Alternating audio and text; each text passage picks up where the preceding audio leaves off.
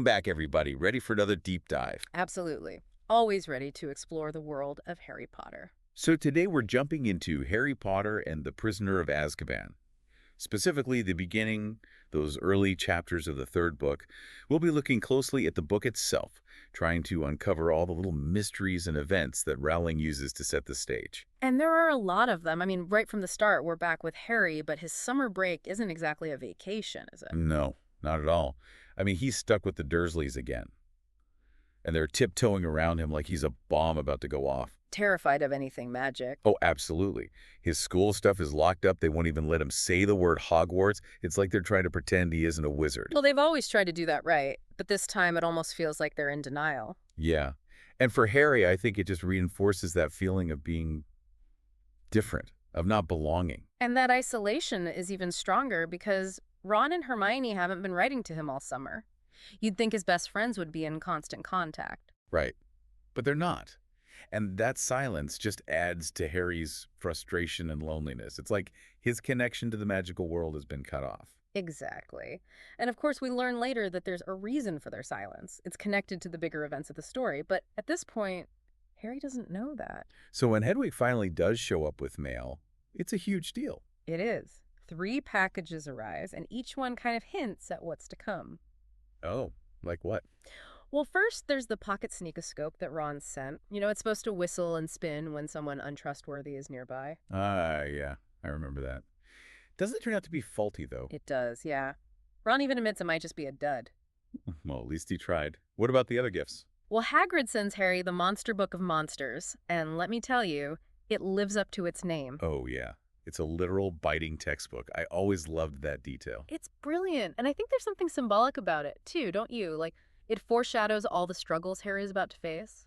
This year is going to be a lot more than a biting textbook. Right. And then, of course, there's that letter from Hogwarts. And that's when things take a darker turn. Definitely. The letter seems ordinary at first, but then it mentions Sirius Black. Sirius Black. Yeah. It says he's escaped from Azkaban, the wizard prison, and that he's dangerous.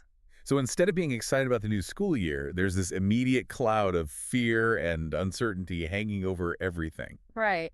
And what makes it even worse is that Fudge, the Minister of Magic, isn't telling Harry everything. That's what I was wondering. Why is Fudge being so secretive about the details? What's he not saying?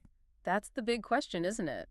Fudge personally intervenes in what seems like a minor incident, downplays the severity of Black's escape. It's all very calculated. He's definitely hiding something, and that only makes the situation more unsettling. And then, to make matters worse, we have Aunt Marge.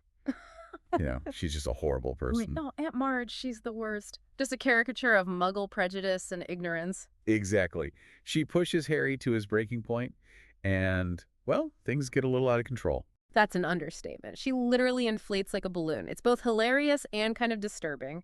It's a good reminder about the consequences of accidental magic, especially for someone like Harry, who's always under scrutiny, when he's terrified of being expelled from Hogwarts. And that fear, combined with the frustration of dealing with the Dursleys and the news about Sirius Black, it all leads to a pretty drastic decision. He runs away. Right, he leaves the Dursleys without a plan, without knowing where he's going. But it's almost like a declaration of independence, isn't it? Choosing freedom, even if it means facing the unknown. And that's when he encounters the night bus. Talk about a crazy way to travel. The night bus is pure chaos. Magic and near misses. It's like a roller coaster ride through the Muggle world. And Stan Shunpike, the conductor, oh, he's a character. He doesn't seem too concerned with keeping a low profile. Zipping through traffic, shrinking the bus to fit through tight spaces. But then, completely out of the blue, Cornelius Fudge shows up, and he's not there to arrest Harry. Now that's interesting. What's going on there? It's one of those moments where you know something's up, but you're not sure what. Fudge is oddly lenient towards Harry's accidental magic. Almost like he's protecting him? Exactly. He knows more than he's letting on. It's like a puzzle, and we're only getting a few pieces at a time. So Harry ends up in Diagon Alley, but even that doesn't feel quite right.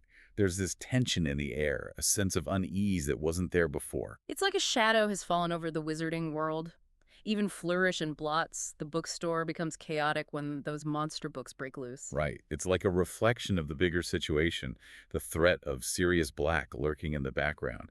And then Harry reunites with Ron and learns about the Weasleys winning the lottery. Oh, yeah, that's right. They're going to Egypt. Seems like a bit of good news amidst all the darkness. But even that feels a little overshadowed by everything else that's going on. Hmm. You can tell Harry is still worried, still carrying the weight of all these secrets and unanswered questions. And the guilt. Don't forget the guilt. He accidentally used magic again. And it's making him question himself, wonder if he's more like Sirius Black than he wants to admit. So we've got a missing murderer, a suspiciously lenient minister of magic, a runaway wizard, a biting book, and a whole lot of unanswered questions. And that's just the beginning. Rowling has set the stage for an incredible adventure, and we're only just getting started. And then, of course, school starts.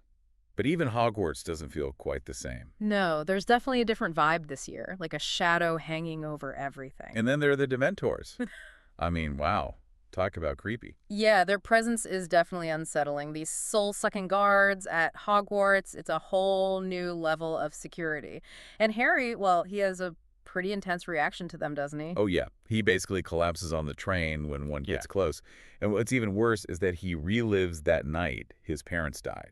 Like he's experiencing the terror and despair all over again. It's really heartbreaking, and it raises some big questions about Harry's connection to that night, to Voldemort, to everything. Why is he so vulnerable to the Dementors? Right. There's got to be something more to it.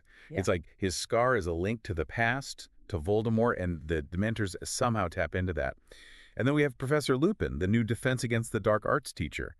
He seems to recognize Harry's vulnerability. Yeah, Lupin is an interesting character, clearly a brilliant wizard. But there's this sadness about him, this sense of, well, we find out later that he's a werewolf. A werewolf. Yeah. Wow. Talk about challenging our perceptions, right? Here's this amazing teacher who's also dealing with this condition that most of the wizarding world fears and misunderstands. It's a powerful message about acceptance, about looking beyond prejudice and seeing the person, not the monster. Absolutely. And then, of course, there's the whole Quidditch match against Hufflepuff, remember?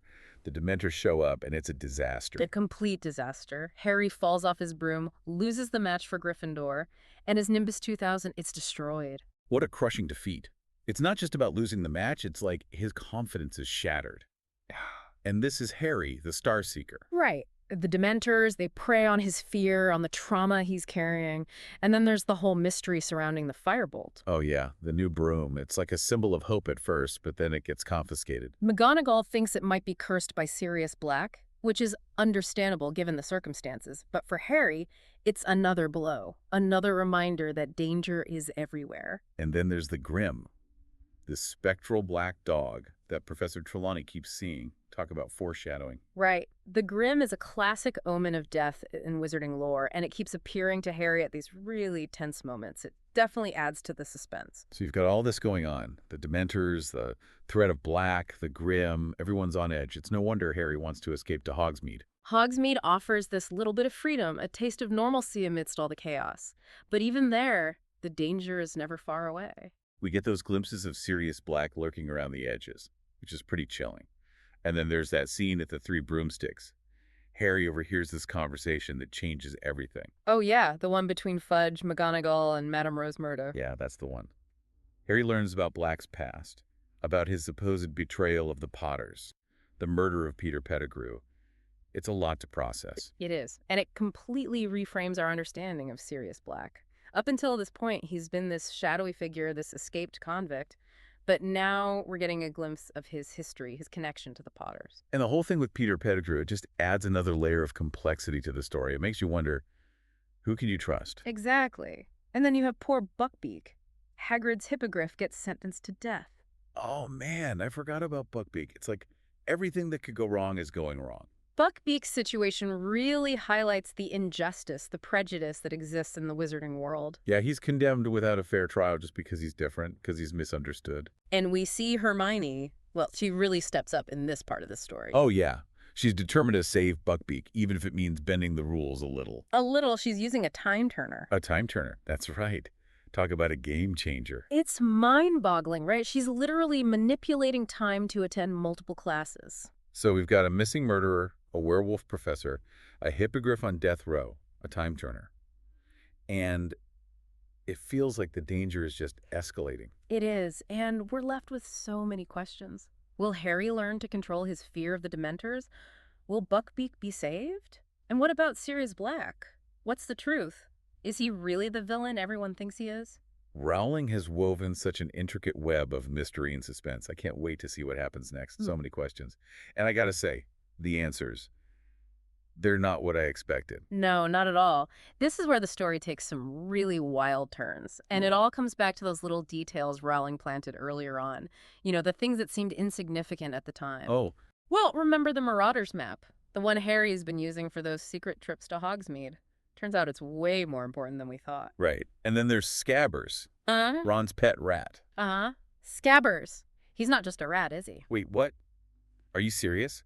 Scabbers is. Peter Pettigrew. No way. You mean the guy everyone thinks Sirius Black murdered? The one and only. He's been hiding in plain sight all this time, disguised as a rat. That is crazy. So Black has been trying to protect Harry, not harm him. Exactly. The whole narrative flips. Sirius Black is innocent. He was framed by Pettigrew, who faked his own death and turned into a rat to escape. Wow. I mean, it's brilliant, but my mind is blown. All this time we thought Black was the villain. Rowling really plays with our expectations, doesn't she? And remember Crookshanks, Hermione's cat. Yeah. He was always trying to get at Scabbers, like he knew something was up. Oh my gosh. It all makes sense now. But how does the truth come out? It all happens at the Shrieking Shack. Remember that creepy abandoned place? Yeah. Didn't they say it was haunted? Right. Well, Snape, of course, is convinced that Lupin is helping Black, so he bursts in there ready to catch them red-handed. Oh, Snape. Always suspicious. But even he can't deny the truth when he sees it. Lupin forces Pettigrew to reveal his true form, and there's no escaping it. He's been a rat all along. So does everything work out then? Does Sirius finally get to clear his name? Well, that's when things get really complicated, because just as the truth comes out, guess who shows up? Uh-oh. Don't tell me. The Dementors. Yep. Drawn by all the intense emotions, they swarm the Shrieking Shack. Of course they do. Talk about bad timing. It's chaotic. And Harry, well, he can't conjure a Patronus. He's completely overwhelmed by the Dementors, by the fear and the memories. So who saves them? Does Dumbledore show up? No, actually, it's something even more amazing. Harry sees a Patronus across the lake, a powerful stag. At first, he thinks it's his father, but then he realizes it was him. He conjured the Patronus. Wow. That's a powerful moment. Facing his deepest fear, he unlocks this hidden strength. It's beautiful. It shows the power of love, how his connection to his parents fuels his magic. But Sirius is still a convicted criminal, right? Yeah. Even though everyone knows he's innocent. Right. And the Dementors, they're closing in. This is where the Time Turner comes back into play. Wait, what? Yeah. They used the Time Turner to save Sirius? Yep.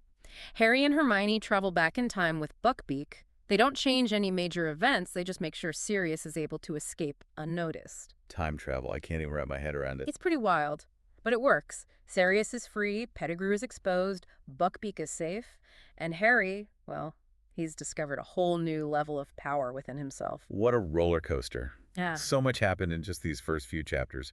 It's amazing how Rowling sets up all these complex themes and mysteries that continue throughout the series. She really is a master storyteller. Prisoner of Azkaban is such a turning point in the series. It gets darker, more complex, and it really pushes Harry to grow and face his fears. Well, that's all the time we have for today's deep dive. But what an adventure. Prisoner of Azkaban is a book you can revisit again and again and still find something new to discover. Absolutely. It's layered with symbolism and hidden meanings. Yeah. And if you were in Harry's shoes, which magical item from this part of the story would you choose? The Marauder's map, the Time Turner, maybe even a monster book of monsters. It's a fun thought experiment, isn't it? What would your choice reveal about you? That's something to think about. Thanks for joining us for this deep dive into the magical world of Harry Potter. Until next time, keep those pages turning.